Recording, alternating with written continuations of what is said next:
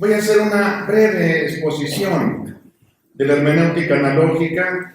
Es una hermenéutica que trata de aprovechar la rica noción de analogía para evitar los extremos de la univocidad y la equivocidad, y así sortear lo que podemos llamar hermenéutica unívoca y hermenéutica equívoca.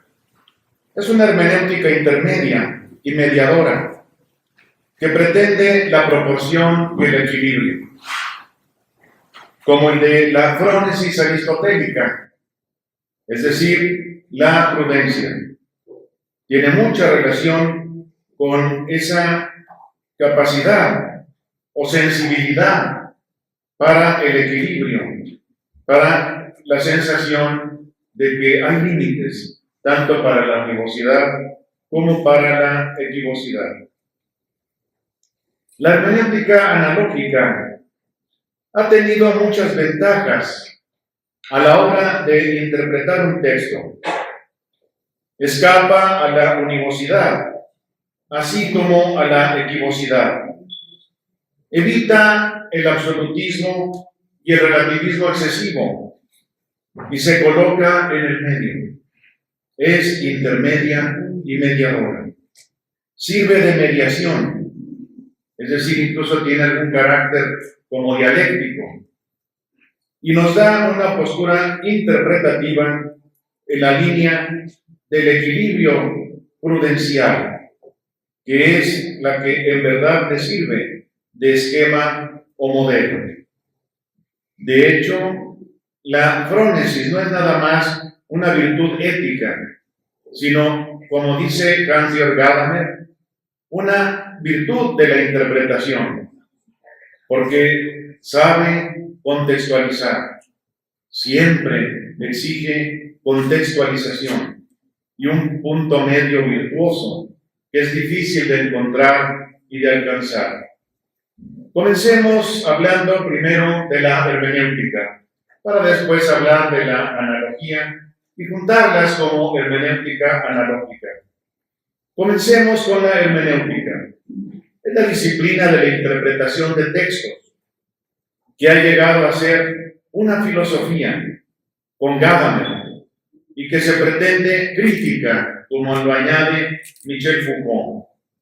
Es pues interpretación crítica de textos.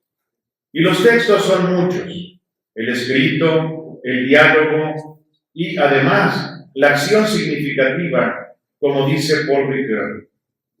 Lo principal que pretende la hermenéutica es, según explica Jean Grondin, en seguimiento de Gadamer, la fusión de horizontes. Interpretamos un texto para fundir nuestro horizonte de comprensión con el horizonte de comprensión del autor. Es decir, se lo hace desde una perspectiva de la comprensión. Por ello, como añade Gianni Vattimo, es un pensamiento atento y respetuoso, y no violento o impositivo. En un principio, la hermenéutica era una técnica interpretativa para la comprensión de textos. Poco a poco fue pasando a ser toda una postura filosófica, como lo vemos en Daniel Schleiermacher en el siglo XIX, que tiene ya una filosofía hermenéutica, pero sobre todo en Wilhelm Dilthey, también del siglo XIX, quien orienta su filosofía desde la hermenéutica y la pone como fundamento en lugar de la ontología o metafísica, como fundamento de lo que él llama las ciencias del espíritu, sobre todo la historia. Heidegger llega a poner la hermenéutica como la manera de hacer filosofía, junto con la fenomenología de su maestro Husserl, que habría de llevar a la ontología fundamental, entendida como hermenéutica de la facticidad. Dentro de ella, el conocer, el comprender y por lo tanto el interpretar es un existenciario del hombre, del ser ahí, o una característica propia de la existencia del ser humano. Pero también en la historia de la Iglesia en la historia de la exégesis bíblica, es decir, de la teología, se ha dado esta oscilación entre una hermenéutica unívoca y una hermenéutica equívoca, para buscar la mediación de una hermenéutica analógica. Lo saben muy bien los profesores de Biblia, los profesores de exégesis bíblica, porque se asignaba al texto sagrado un sentido literal y un sentido espiritual que se dividía en tres: el sentido alegórico, el sentido tropológico y el sentido anagógico, al que a veces también se le llamaba analógico. El sentido literal, pues, es histórico. El sentido alegórico era lo que interpretamos en la Biblia de acuerdo a lo que va a suceder en el Nuevo Testamento. El sentido tropológico era el sentido moral. Se interpretaba allí cómo debía uno comportarse. Y el sentido anagógico o analógico era el sentido místico, el sentido de la vida futura, el sentido de lo que va a suceder en el cielo o reino de Dios, y que en la tierra se tenía únicamente como esperanza. Y se puede hacer toda la historia de la hermenéutica como la lucha entre el sentido literal y el sentido alegórico que vemos que se daba en la exégesis bíblica. En la patrística o la etapa de los santos padres se dio ya esto. Había los literalistas y los alegoristas. Los literalistas eran los de la escuela de Antioquía, con Luciano a la cabeza. Los alegoristas eran los de la escuela de Alejandría, con el genial Orígenes de Alejandría. Tal vez esto se deba a que Antioquía era desierto. El sentido literal es desértico. El univosismo es vacío y desértico. Y los alegoristas eran de Alejandría, puerto de mar, lujuriante, y por eso se exageraba muchas veces el sentido alegórico. Pero el que buscó y encontró la mediación, es decir, la mediación analógica, fue el genial San Agustín, que dijo: ni puro sentido literal, ni puro sentido alegórico, sino según el contexto. Y esta es la analogicidad. En la Edad Media, analogistas fueron Santo Tomás de Aquino y San Buenaventura, el franciscano. Univocista fue Juan Dulce Escoto y equivocista fue Ockham. Y de esta manera se ha llegado ya en la modernidad a la pugna misma del sentido literal y el sentido alegórico entre lo que llamamos filosofía analítica y filosofía posmoderna. Sí, la filosofía posmoderna es demasiado alegorista. Hubo un célebre debate entre Richard Rorty y Umberto Eco. Humberto Eco defendió el sentido literal, mientras que Richard Rorty decía: solo existe sentido alegórico, el sentido literal no existe. Y es como lo vemos. Los posmodernos tienden a la equivocidad muy dura, un relativismo muy extremo. No hay límites, no hay verdad, no hay objetividad. Esto yo lo vi en un querido amigo que ya murió, Gianni Vattimo. Vattimo llegaba a ser un relativismo muy excesivo. Si bien él mismo dijo que volvía al cristianismo, inclusive al catolicismo, pero él me decía, pero no al del Vaticano. Si lo ponía muy claro, ¿verdad? ¿Por qué, Yanni? ¿Por qué?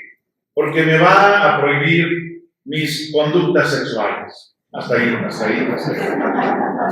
Entonces, sí, era muy simpático, hacía oración, quería mucho a la Virgen, pero no al Vaticano. Hasta ahí.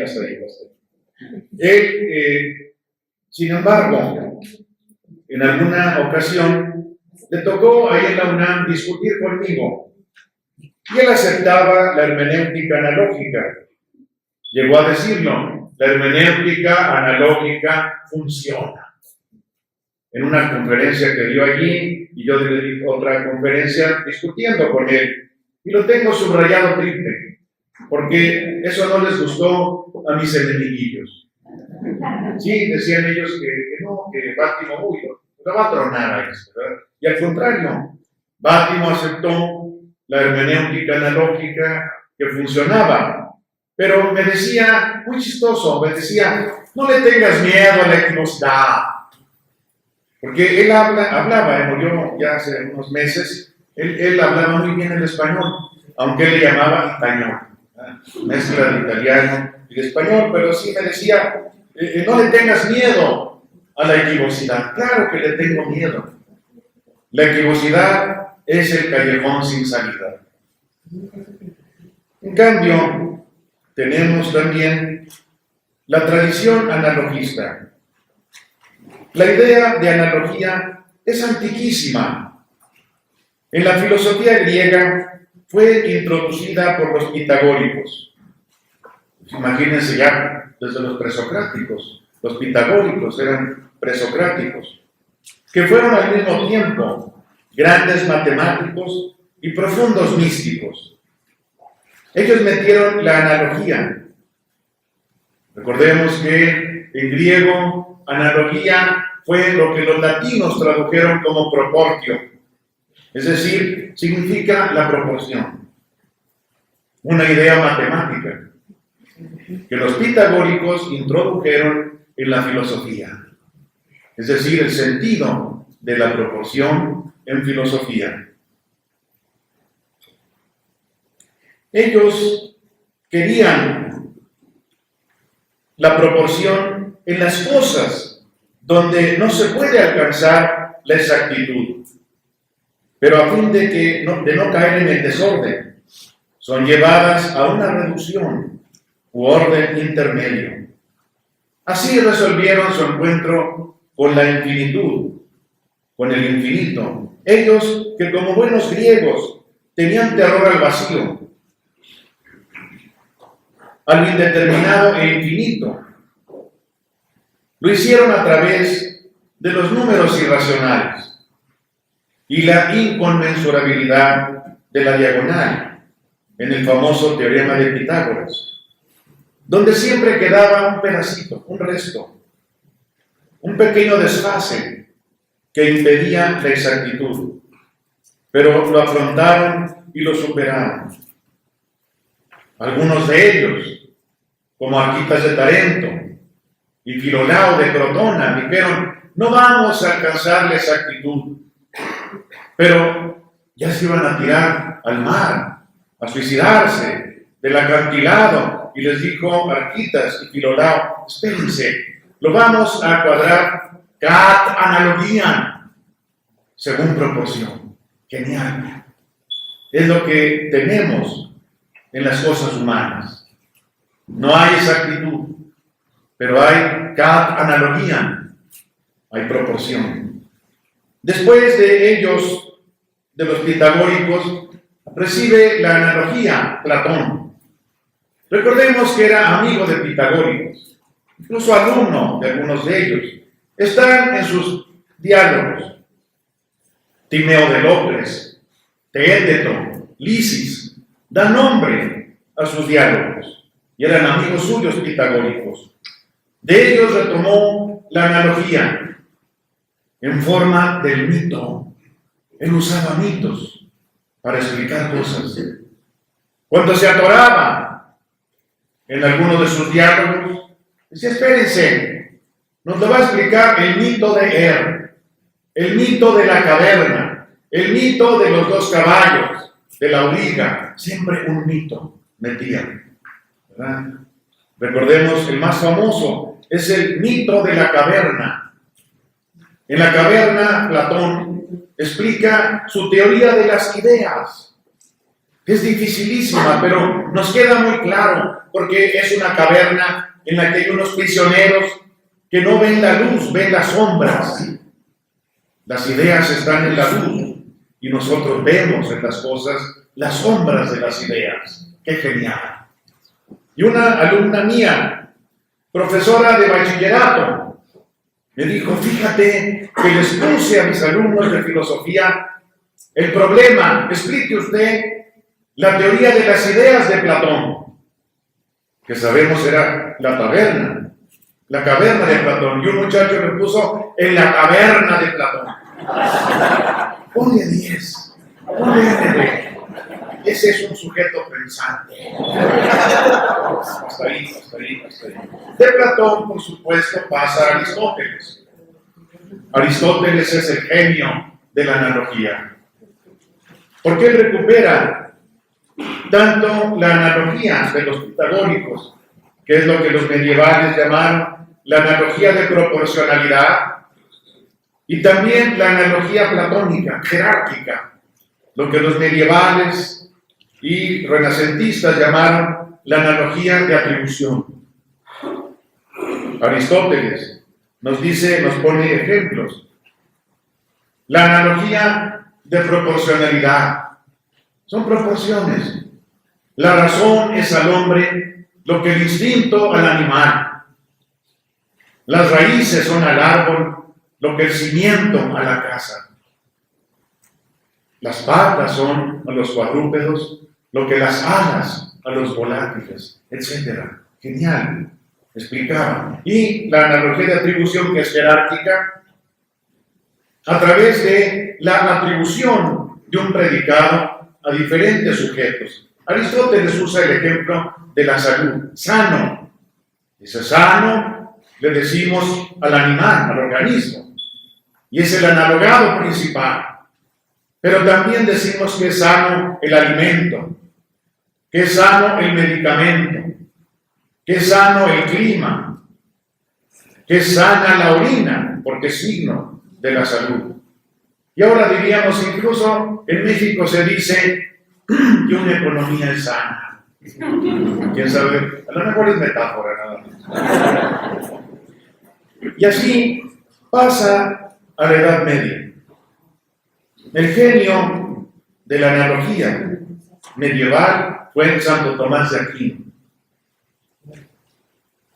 Se le opuso, como sabemos, Juan Duns Scoto, que prefirió la univocidad, y Ockham, que prefirió la equivocidad.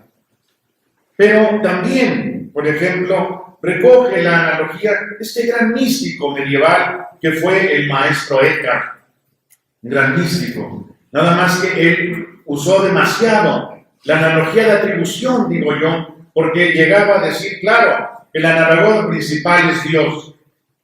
Pero se le ocurrió decir, y las criaturas son como sus accidentes. Ya lo andaban quemando. Suena al panteísmo de Spinoza. La sustancia es Dios, y las criaturas son modos, afecciones de esa única sustancia divina. Ay, pobre Edgar, ya olía a camuchila, pero no lograron quemarlo, murió antes. No, pero también lo disculparon. Y así pasa. El concepto de la analogía pasa a través del Renacimiento, con el cardenal Cayetano, que privilegia la analogía de proporcionalidad, y el genial jesuita Francisco Suárez, que privilegia la analogía de atribución. En la actualidad, más bien, ya siguiendo a otro pensador del siglo XVI, Francisco de Araujo, se acepta que son las dos. Vale tanto la analogía de proporcionalidad como la analogía de atribución. Y no solo para conocer lo teológico, lo divino, sino también para conocer lo que es humano. Entonces, así vemos cómo llegamos tanto a la hermenéutica como al concepto de la analogía. Y podemos juntarlos, podemos unirlos en la forma de hermenéutica analógica.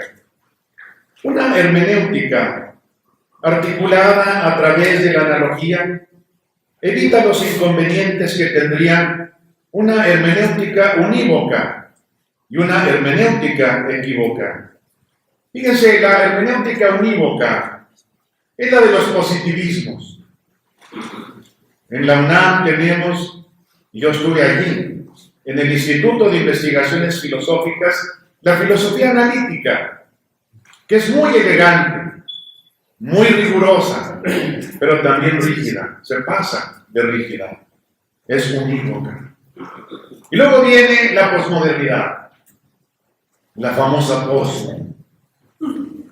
Mis alumnos luego me dicen de uno, profe, ese es bien posmo. Yo creo que es algo malo, ¿verdad? Es algo malo, algo que tienes que huir, ¿verdad? Y bueno, se implantó la filosofía posmoderna que privilegió la equivocidad. Lo vemos en el mismo Bátimo. Bátimo cae en un relativismo excesivo. Yo les decía, bueno, si ustedes lo querían ofender, le podía uno decir relativista. Y él lo negaba. Era muy listo. Y me decía, no, yo no soy relativista. No soy lo que llamas equivocista. Claro que sí. Pero bueno, yo le di chance. Le digo, mira, yo acepto ontología, metafísica. A ver, ¿y qué es para ti la ontología o metafísica? Ah, me decía él, sin estructuras. Es decir, sin esencias ni causas. Pues no dejaste nada, chiquito. Una metafísica, una ontología, imagínense, sin estructuras. No se desvanece. Por eso él proclamaba la filosofía, el pensiero débil, la filosofía débil. Y él decía, la filosofía débil es la de la posmodernidad, en contra de la filosofía dura de la modernidad. Inclusive llegaba a decir, la verdadera filosofía débil, el verdadero pensamiento débil, es el cristianismo, decía Bátimo, porque él volvió al catolicismo, pero ya les digo, no, el del Vaticano, decía él. Y para él, por ejemplo, Cristo era un filósofo débil, porque dio su vida por nosotros, etc. Muy bonito, pero pues no lleva a nada. Se te diluye entre los dedos. Una filosofía débil, demasiado débil. Esa es la hermenéutica equívoca. La otra es la hermenéutica unívoca. Positivismos y posmodernismos en pugna, en lucha. Yo aproveché y fue cuando encontré la mediación. No una hermenéutica unívoca de los analíticos, ni una hermenéutica equívoca de los posmodernos, sino una hermenéutica analógica que tome lo mejor de la univocidad, que es el rigor, pero también lo mejor de la equivocidad, que es la apertura. Y así me han dicho, tu hermenéutica analógica es una hermenéutica abierta pero seria. Ah, claro que sí, gracias, les decía yo a mis colegas de la UNAM. La hermenéutica unívoca solo admite una única interpretación como válida. Todas las demás son falsas. Vean qué reduccionista es. Y en cambio, la hermenéutica equívoca de la posmodernidad no es reduccionista, sino al revés, es irreductible. Todas las interpretaciones, prácticamente todas, son válidas. Pues se acaba la verdad, se acaba la objetividad, se destruye la misma interpretación y la misma hermenéutica. De hecho, de verdad, el propio Bátimo, uno de sus últimos libros se llamó adiós a la verdad, adiós a la verdad. Y él decía, no es verdad. ¿Para qué te preocupas, Mauricio, por la verdad? Pues, oye, claro que es necesaria. No solamente es importante, es necesaria la verdad para que haya verdadera interpretación, auténtica hermenéutica. Una hermenéutica analógica supera el absolutismo de la hermenéutica unívoca y el relativismo extremo de la hermenéutica equívoca.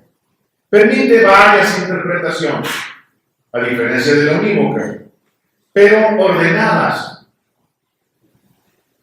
observando cierta jerarquía, a diferencia de la hermenéutica equívoca postmoderna. Además, una hermenéutica analógica aprovecha los dos modos que les dije de la analogía. Los principales, hay más, pero son dos principales: el de proporcionalidad y el de atribución, que es jerárquico. Y es lo que hacemos los profesores al calificar. Primero aplicamos la hermenéutica analógica proporcional. Estos trabajos pueden aprobar. Ahora sí que los demás, los que caigan fuera de la mesa, están reprobados. Pero hay que aplicar después la analogía de atribución. Es decir, hay un orden jerárquico. Este hizo un buen trabajo. Yo siempre les pedía a mis alumnos para semestre un trabajito de 10 páginas, porque no hacían más. Y más de 10 yo tampoco lo leía. Pero me daba cuenta, este merece mejor calificación. Hasta me puso aparato crítico. Es más, hasta me criticó. Le pongo la mejor calificación. Y este me suena. Es lo que dije en clase, pero lo grabó. Nada más y lo transcribió. Pues este va para abajo. Esa es la atribución. Principal analogado. Y analogados secundarios, hasta que ya entra la equivocidad.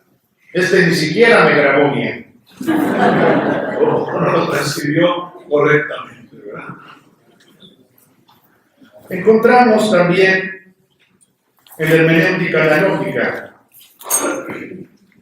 que tiene un polo metafórico y un polo metonímico.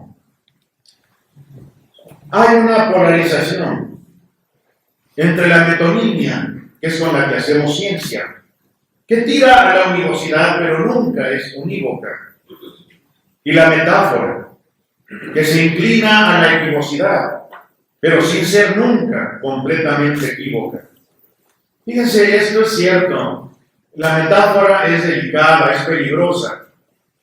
Una muy querida amiga mía, gran poeta, Elsa Cross, una vez, ella fue alumna mía, le pregunté y me dijo, sí, tienes que tener mucho cuidado con la metáfora, porque si te descuidas, se vuelve ridícula, se vuelve irrisoria, da risa, en lugar de gustar. Y sí, me acuerdo que alguna vez tuvimos una reunioncilla de poetastros, que hacíamos poesía ahí en la facultad. Y me acuerdo una metáfora de uno de ellos, que me dejó así: escucho un color verde. Es decir, pues pasa. Escuchar un color verde. Fíjense, ahora se puede, con unas cosas sinestésicas que hacen, de Philosophy of Mind, de la mente, pero en aquel entonces no. Y pues sí, era más bien de los que usaban la verdad.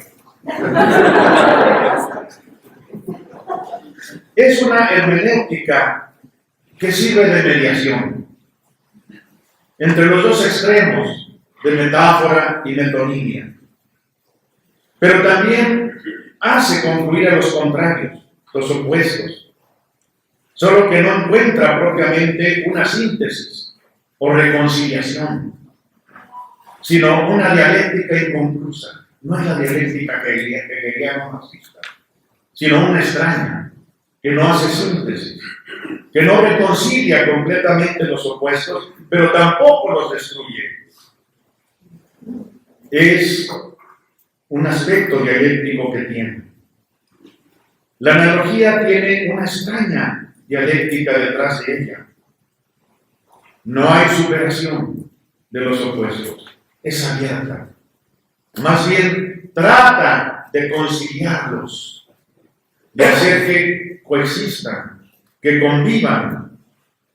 Fíjense, y esto me llegó esta idea de una dialéctica en la analogía de una manera muy curiosa, muy extraña.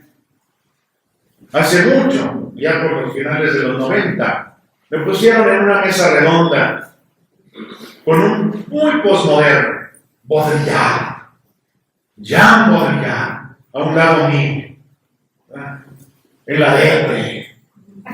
Yo dije, pues esa es la posmo, la depre completa. Yo le pedí que me autografiara un libro suyo, ese que se llama De la seducción. Y me puso algo en garabato y me hizo, esa es la posmodernidad. Pero a un lado mío tenía a otro filósofo francés, Michel Maffesoli. Y después venía un gran amigo mío que ya murió, Bolívar Echeverría. Pero Michel Maffesoli, cuando yo expuse la hermenéutica analógica, al acabar, pues Baudrillard no me dijo, pero Maffesoli me dijo algo muy importante, me dijo, oiga, lo que usted expuso me gustó, me sonó como una dialéctica premoderna. Ah, caray. Y es cierto, es la de Heráclito, es la de Nicolás de Cusa. Es una dialéctica otra. Y es algo muy rico. Porque recuerden, no destruye los opuestos. Recuerden Heráclito. Heráclito ponía el ejemplo del leño y el fuego y el leño. Pero si el fuego acaba con el leño, ¿qué pasa? Se acaba también el fuego. Tienen que luchar para convivir.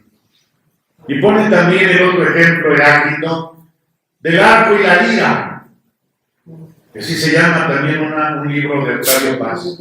Ahorita termino con lo de Octavio Paz. Ya prometo, ya me estoy pasando, pero prometo que ya voy a terminar, tengo que ser analógico. O sea, no un libro, pero tampoco equivoco, no. Octavio Paz también me sirvió de inspiración. Termino con esto. Octavio Paz, les decía, tiene un libro que se llama El arco y la lira, porque tienen que vivir de la tensión, no destruirse, porque entonces no hay melodía, no hay armonía, no hay música. Y Octavio Paz, pude hablar con él en 2 ocasiones. Octavio Paz sostenía que la analogía era el núcleo de la poesía. Y pidió hablar conmigo en 2 ocasiones. Gracias a un padre, amigo de él, que ya murió también. Un padre que era pintor, que era artista. Julián Pablo, dejó unos cristos muy hermosos. Y me dijo, oye, pues le dije a don Octavio que por ahí anda un filósofo loquillo que habla de la analogía. Y a él le interesó. Y hablamos en 2 ocasiones en mi currículum. Pero claro, a él le interesaba más la analogía metafórica como buen poeta. Pero yo creo que hay que balancearlos, metáfora y metonimia. Eso lo tomaba Octavio Paz y un amigo suyo, un gran semiotista, Roman Jacobson, que hace, Jacobson exagera porque dice, con la metonimia hacemos ciencia y con la metáfora hacemos poesía. Y no es tan cierto. También se hace ciencia con la metáfora. Hay un libro de un discípulo de Wittgenstein que se llamó Max Black. Y el libro se llama Modelos y Metáforas. Models and Metaphors. Donde los mejores modelos han sido metáforas afortunadas. Y también se hace poesía con la metonimia. Ahí está Machado, Antonio Machado. No le gustaban las metáforas. y decía hay que hacer poesía como hombre de la calle. Y de todas maneras, y por ahí aparece metáfora, que no diga que no, pero hacía poesía bellísima a base de metonías. Y ahí está la hermenéutica analógica. Yo no sé, no me pregunten, pero ha pegado mucho. Yo no sé por qué. Está en toda América Latina. Está en Estados Unidos. Están traduciendo el Tratado de Hermenéutica Analógica al inglés.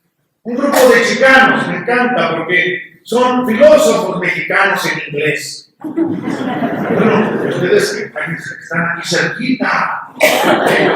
Sí, porque me dicen, mira, nosotros para diferenciarnos de los estadounidenses, resaltamos mucho lo mexicano. Y los estadounidenses no tienen propuestas.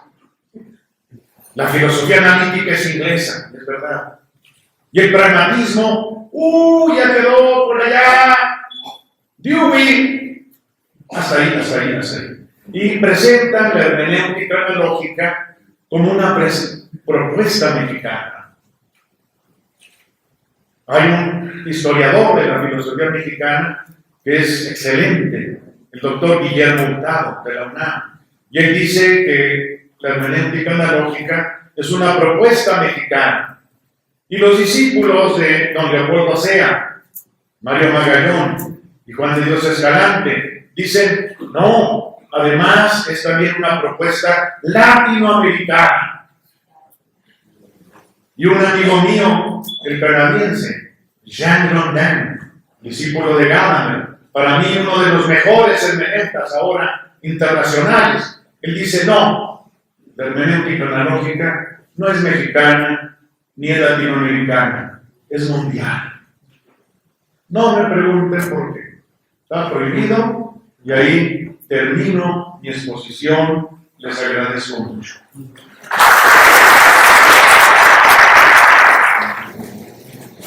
Por favor, preguntas, observaciones, comentarios, o si quieren que profundicen alguna idea, con toda libertad. Bueno, pues muchas gracias. Mi nombre es Julio Fernández y le quisiera hacer una pequeña pregunta. Ha dicho usted que la hermenéutica analógica no llega a la univocidad ni a la equivocidad, ¿verdad? Y como ejemplo, pues nos mencionaba las posturas jerárquicas pero válidas, ¿no? para no llegar hasta la equivocidad. Sin embargo, la jerarquización de esas interpretaciones válidas las haríamos nosotros mismos, serían subjetivas. En ese sentido, ¿no serían también esas interpretaciones válidas equívocas? ¿Me presta el micrófono para facilitar? No, miren, no se puede ser totalmente subjetivista. Lo va a ver usted en su tesis. ¿Verdad que sí? Fíjese, es muy curioso, claro, tampoco deje que su director de tesis sea equivocista y le diga, fíjate que no te entiendo, porque ya con eso ya lo bloqueo. No, pero mire, por eso se trata de una comunidad hermenéutica, comunidad interpretativa. La misma que es la comunidad epistémica, por ejemplo, en filosofía de la ciencia, con Integácratos, ¿verdad? Con Popper. Es decir, uno tiene que argumentar su interpretación. Mire, también hay un problema ahí con la analogía de atribución, porque ya ve que tienen un analogado principal, ¿verdad? ¿No será otra vez caer en la univocidad? Que se nos quede como el único válido. No, porque siempre son más de uno. Recuerde que yo decía, a diferencia de la hermenéutica unívoca, tenemos jerarquizadas, pero varias son válidas. Es un grupito. Mire, en lógica de conjuntos se llamaban conjuntos ordenados. ¿Sí? sub 1, sub 2, sub 3, sub 4, sub 5, hasta que ya sub n a la basura. Y no se queda uno con una sola, son siempre varias interpretaciones que quedan. Fíjese, esa es más fuerte la pregunta que lo que usted decía, no sé si me explico. Recaer no en la equivocidad, sino en la univocidad. Pero tampoco se recae en la univocidad, porque siempre son más de una. Pero como habíamos dicho, a diferencia de la hermenéutica unívoca. Mire, en la filosofía analítica yo lo viví. Yo estuve en las dos. Primero en el Instituto de Investigaciones Filosóficas de la UNAM, que es pura filosofía analítica. Y allí hay una sola descripción válida del mundo, la de la ciencia. Fíjense, nosotros tuvimos, no sé si les dice algo todavía, a don Mario Bunge. A muchos todavía les dice algo, ¿verdad? ¿Sí o no? Era tremendo, un positivismo, y siempre todo lo iba a resolver la ciencia. Y los alumnillos que estábamos ahí todos, sí, la ciencia. Y la paladeábamos y nos sabían bien. La ciencia. Y viene la posmodernidad y tumba la ciencia. Los posmos van al brujo.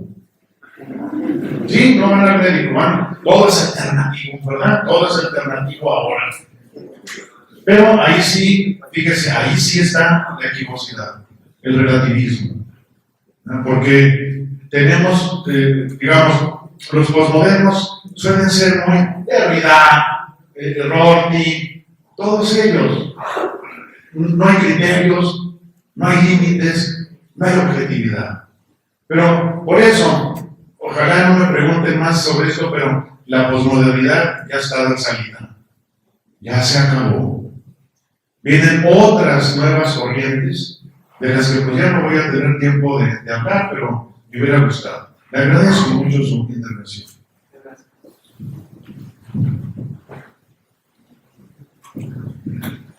Muy buenas tardes.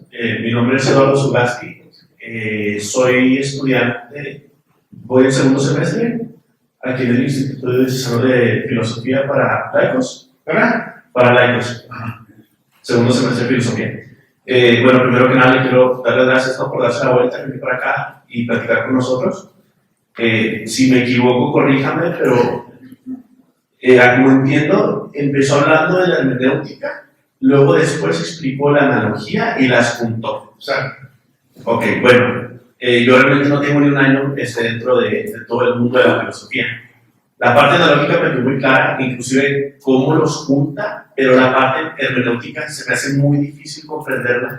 ¿La parte de? Hermenéutica. Hermenéutica. Entonces la pregunta sería, en palabras para una persona que tiene 6 meses, ¿no? Sí. Estudiando filosofía, ¿cómo podría explicar la hermenéutica? Lo voy a poner muy sencillo porque después de dar tantos años clase de hermenéutica, reduje a una definición muy sencilla. La hermenéutica es la disciplina que nos enseña a interpretar textos. ¿De acuerdo? ¿De qué va a ser su tesis?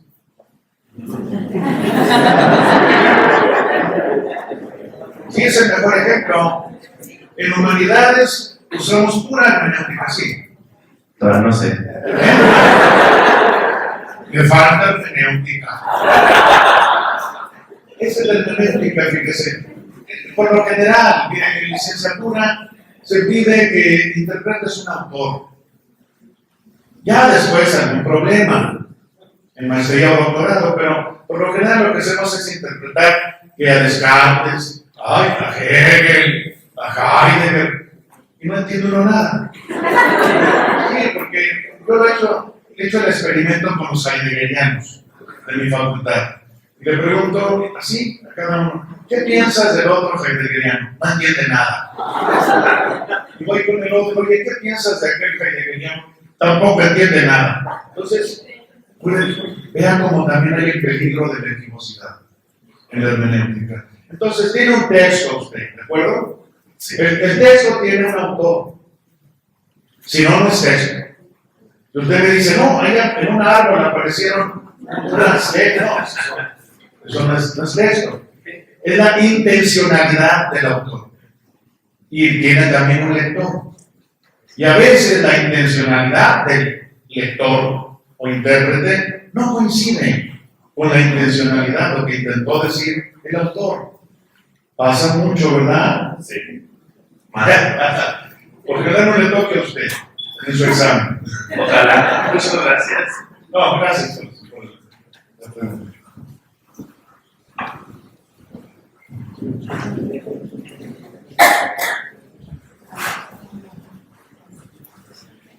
Por favor.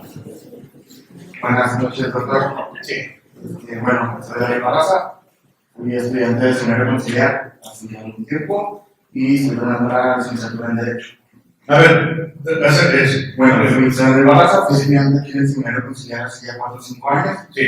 y estoy terminando la carrera en Derecho. Bien. Me preguntaba cómo podemos aplicar la hermenéutica analógica en la interpretación misma de la ley y en la aplicación de esta en un contexto social actual, a fin de obtener no la univocidad ni la equivocidad, Sí. sino a fin de una interpretación real de la misma ley y aplicarla en una solución de conflictos. Muy bien. Muy buena pregunta. Mire, esto me lo dijo Diego Valadez, que usted sabe que es uno de los mejores juristas de México. Él fue director del Instituto de Investigaciones Jurídicas, a un lado del mío, de investigaciones filológicas. Ya estoy en el filológicas, porque si no, con los analíticos no hubiera creado la hermenéutica analógica. Y él me decía, oye, danos un curso de hermenéutica analógica. Yo les tuve miedo, ¿ves? Yo les decía, no, si yo no soy jurista. No le hace. Tú pones la parte filosófica y nosotros ponemos la parte jurídica. Nunca se concretó, pero me explicó. Le dije, a ver, ¿pero cómo? Dice, mira, donde más se usa la analogía es en jurisprudencia. Estados Unidos, me decía él. En Estados Unidos, si tú encuentras un caso análogo, ya lo hiciste. En cambio, en México es código, me decía él, es código. Aquí en México van a la cárcel los tontos y los pobres. Bueno, pues está bien. Pero fíjate, aquí se aplicaría la hermenéutica analógica en las lagunas de derecho. Es decir, donde no está claro, otra vez, la analogía sirve para donde no está unívoco, claro y distinto a lo que se dice. Y me puso un ejemplo, y es cierto, fíjese, porque a mí todavía me tocó. Dice, mira, la ley de la jubilación está hecha para que no se entienda. Sí, no, me tocó todavía. Podías optar en opcional si querías que te corrieran a los tantos años o seguirle ahí de pobresor, pero sí, hasta que el cuerpo aguantara. Y de verdad no entendía, daba igual. Y eso fue la enseñanza que me dejó Diego Valadez, que se puede aplicar incluso en México, la hermenéutica analógica. Quería que les explicara qué era eso. Pero incluso, fíjese, él fue evaluador en el SNI y le dio nivel incluso 2 a un alumno mío, jurista, que aplicó en su tesis de doctorado hermenéutica analógica.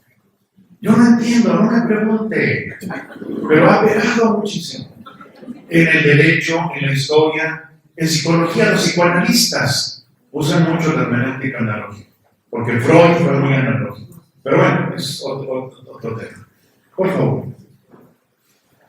Sí, a ver. Buenas noches, muchas gracias por su presencia aquí con nosotros.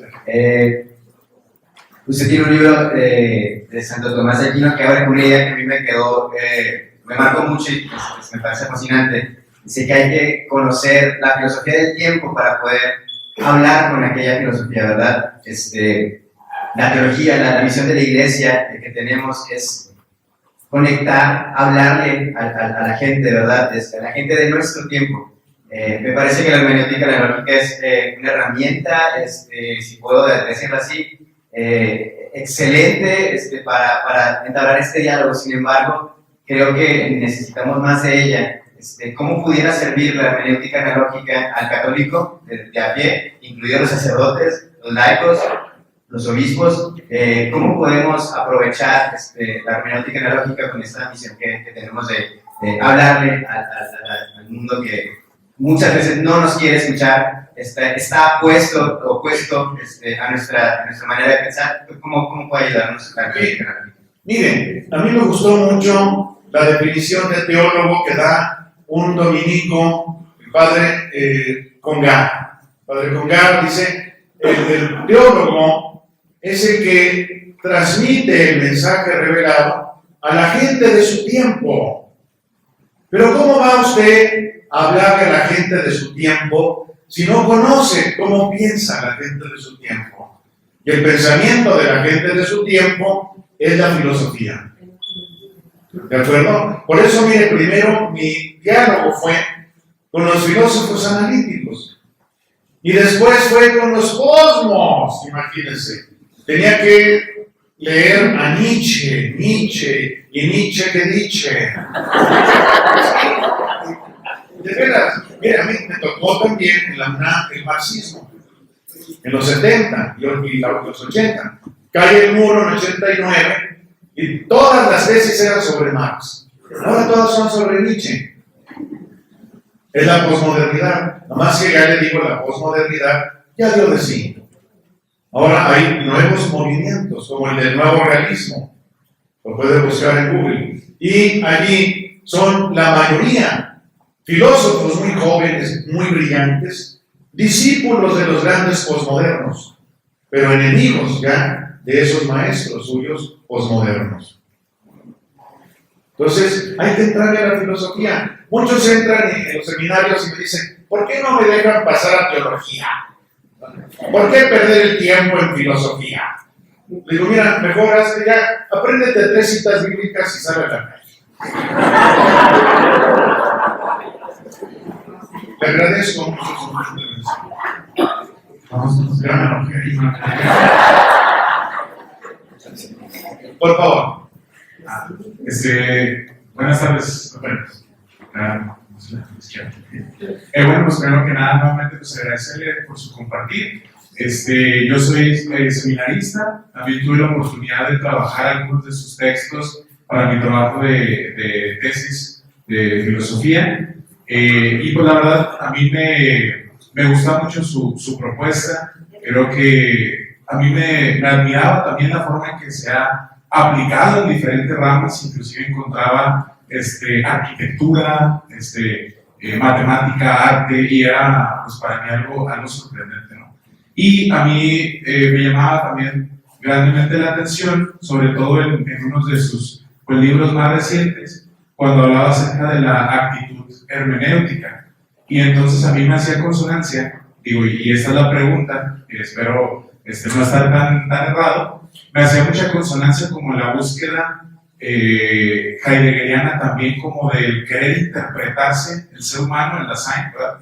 Interpretarse a sí mismo y también interpretar al mundo que le rodea. Y a mí me parecía muy importante como esta actitud hermenéutica, sobre todo pues ante el ser humano, ¿verdad? Que pues actualmente batalla, ¿verdad? Se le dificulta encontrarle un sentido a su vida. Entonces, no sé si nos podría decir alguna palabra. Tiene razón, pero recuerde que se trata del primer Heidegger.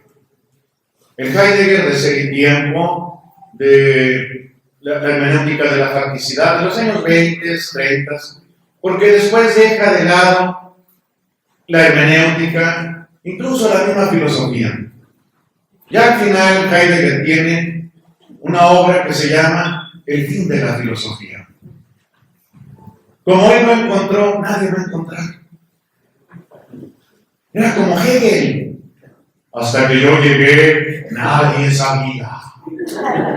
Hasta que yo llegué, nadie se daba cuenta. Era el último Heidegger.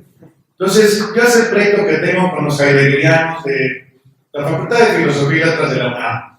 Fíjese que ahí hay donde usted puede encontrar más heideggerianos por metro cuadrado. Y yo no sé, hasta cobran por hablar de cómo Heidegger acaba con la filosofía. No sé si me explico. Hay que tener cuidado. Hay un Heidegger que tumba, que tira a la basura todo lo anterior. Y lo que llaman el Heidegger de Akeare, de la vuelta, ¿no? Es la vuelta a los presocráticos, porque no sirvió nada. La metafísica occidental no sirvió. Fue ontoteología. Es decir, confundían la ontología con la teología, porque Dios era el ser, que da el ser a los entes, y todo aquello, ¿no? Y como él no pudo lograrlo, nadie lo iba a lograr, y se dedica a la poesía, la mística y el silencio. ¿De acuerdo? Ok, le agradezco también su intervención. No, tampoco se pongan tan pesimistas, ¿eh? Doctor Mauricio, en nombre de todos los presentes, me gustaría expresar un profundo agradecimiento por su enriquecedora conferencia y su dedicación a la difusión del conocimiento. Sus ideas nos han inspirado y sus reflexiones nos han ayudado a repensar nuestra relación con el mundo y con el lenguaje. Agradezco a su vez también al grupo de los círculos filosóficos que hace presencia en esta conferencia. Aquí por dentro de la audiencia hay algunos de este grupo. Comunidad de diálogo y reflexión que se ha formado a lo largo de todo este año. Ha sido un honor contar con su presencia y su compromiso con el enriquecimiento intelectual. Doctor Uchot, del Seminario Conciliar de Ciudad Juárez, en el marco de los festejos por su 60 aniversario, agradece al doctor Mauricio Uchot por su participación como ponente de la conferencia sobre hermenéutica analógica. Gracias por regalarnos su tiempo al compartir sus valiosos conocimientos en nuestra casa de formación, porque es Yahvé quien da la sabiduría y de su boca brota el saber y la prudencia. Proverbios 2:6. Firma el presbítero licenciado Jesús Manrique Salón.